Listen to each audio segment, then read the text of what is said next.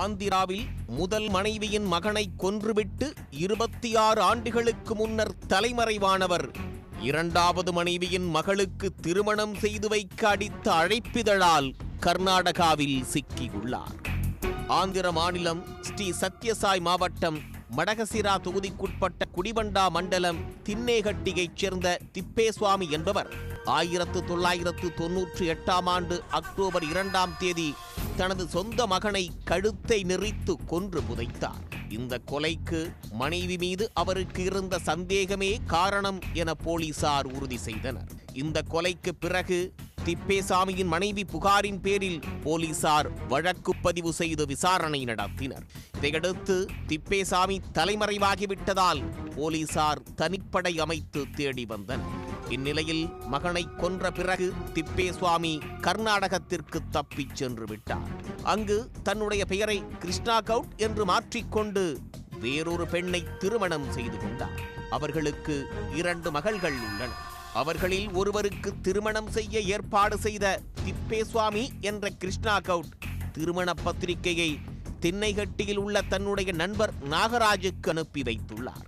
சமீப காலமாக இந்த கொலை வழக்கை எப்படியாவது தீர்க்க வேண்டும் என்று போலீசார் இருந்த நிலையில் போலீசாருக்கு நாகராஜு வீட்டிற்கு திப்பேசாமி போட்டோவுடன் கூடிய திருமண பத்திரிகை வந்ததை அறிந்து போலீசார் அவரது வீட்டில் சோதனை நடத்தினர்.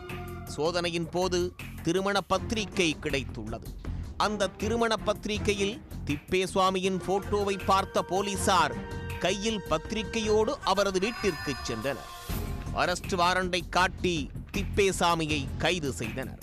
26 ஆண்டுகளுக்கு பிறகு திப்பேசாமியை போலீசார் கண்டுபிடித்து கைது செய்தனர். கொலை வழக்கின் விசாரணையை இறுதியாக முடிவுக்கு கொண்டு வந்து வழக்கை தீர்த்து வைத்த போலீஸ் அதிகாரிகளுக்கு பரிசு தொகையை உயர் அதிகாரிகள் அறிவித்தனர். ఈ మధ్యకాలంలో మేము గౌరవ డిస్ట్రిక్ట్ జడ్జి గారి యొక్క ఇన్స్ట్రక్షన్స్ ప్రకారం ఎల్పిసి కేసులన్నిటి కూడా రివ్యూ చేస్తూ ఉన్నాము. ఈ క్రమంలో ఈ కేసు కూడా రివ్యూ చేయడం జరిగింది.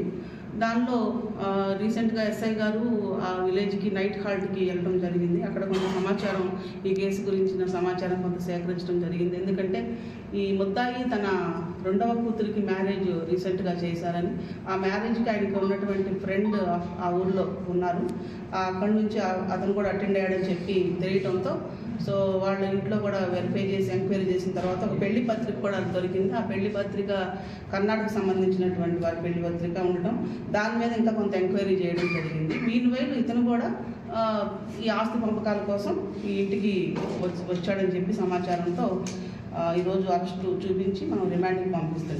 முதல் மனைவிக்கு பிறந்த மகனை கொன்றுவிட்டு தப்பியவர் 26 ஆண்டுகளுக்கு பிறகு இரண்டாவது மனைவிக்கு பிறந்த மகளுக்கு திருமணம் செய்ய முயற்சித்த போது சிக்கிய சம்பவம் ஆந்திராவில் பரபரப்பை ஏற்படுத்தியுள்ளது. உடனுக்குடன் செய்திகளை தெரிந்து கொள்ள சன் நியூஸ் பெல் ஐகானை கிளிக் பண்ணுங்க.